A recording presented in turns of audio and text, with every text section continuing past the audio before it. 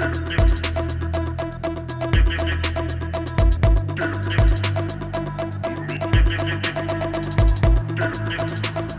to India's only real estate and infrastructure news channel, Reality and Reports 24/7। आज हम बात करेंगे एक ऐसे मुद्दे की जिसने हजारों होम बायर्स को डिसअपॉइंट कर दिया है। हम बात कर रहे हैं गुरुग्राम के उन प्रोजेक्ट्स की जहां बिल्डर्स ने होम बायर्स का पैसा लिया लेकिन घर का पोजीशन देने में फेल हो गए।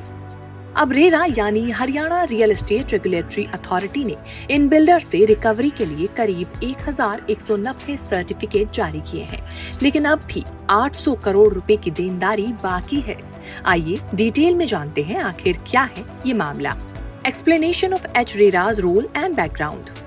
रेरा का गठन 2016 के real estate regulation and development act के तहत किया गया था, जिसका मेन गोल होम बायर्स के राइट्स को प्रोटेक्ट करना है।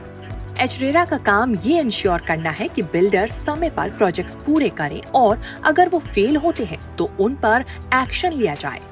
But the reality today is quite different. अब तक रेरा ने करीब 1043 करोड़ रुपए की रिकवरी के लिए सर्टिफिकेट जारी किए हैं, लेकिन उनमें से केवल 225 करोड़ रुपए ही वापस हो पाए, यानी 800 करोड़ रुपए की भारी रकम अब भी बाकी है। और यही मुद्दा है जो खरीदारों को बेचैन किए हुए है।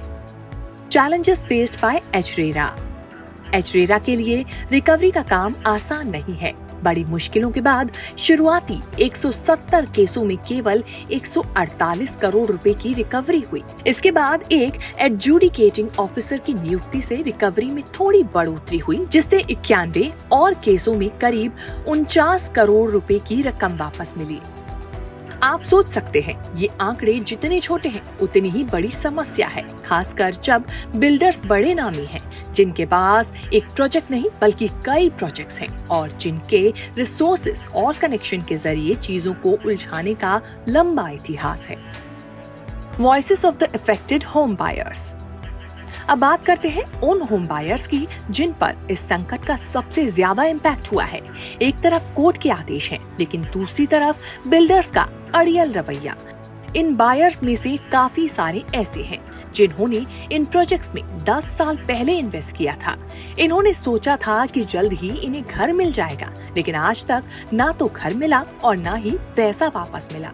लगातार कोर्ट के चक्कर लगाने के बावजूद अभी तक कोई ठोस हल नहीं निकला है। कई बायर्स तो अपने जीवन भर की कमाई इन प्रोजेक्ट्स में लगा चुके हैं और इन्हें लगता है कि ये कोर्ट ऑर्डर्स की एंडलेस साइकिल में ट्रैप हो गए हैं।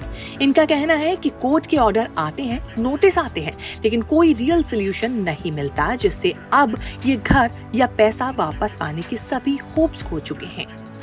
Legal hurdles and arrest warrants. अब सवाल उठता है कि आखिर ये बिल्डर्स कैसे बच निकलते हैं।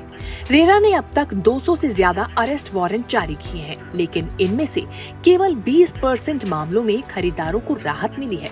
कुछ बिल्डर्स पर तो 100 करोड़ रुपए तक की देनदारी है, फिर भी उन्हें गिरफ्तार करना और उनसे रिकवरी करना आसान नहीं है। रेरा's करंट एफर्ट्स। रेरा के एडजुडिकेटिंग ऑफिसर के अकॉर्डिंग डिफॉल्टिंग बिल्डर्स को कानूनन घेरे में लाने के लिए सभी जरूरी कदम उठाए जा रहे हैं, जिससे होम बायर्स को इंसाफ मिल सके। उन्होंने ये भरोसा तो दिया है कि उनकी कोशिशें जारी रहेंगी, लेकिन 800 करोड़ की ये रकम अभी भी लंबे और डिफिकल्ट प्रोसेस का इशारा कर रही है। The path forward. इस समय रेरा और होम बायर्स के लिए ये एक लंबा स्ट्रगल है। ये पूरी सिचुएशन कई सवाल खड़े करती है। Do we need improvements in our system? Does RERA have sufficient authority to hold builders accountable? And most importantly, will home buyers ever receive the homes they rightfully deserve? What do you think about this issue? Do you know anyone facing a similar problem? Share your thoughts in the comments, and if you found this video informative, don't forget to like, share and subscribe to our channel, Reality and Reports 24/7. We bring you insights on such important issues.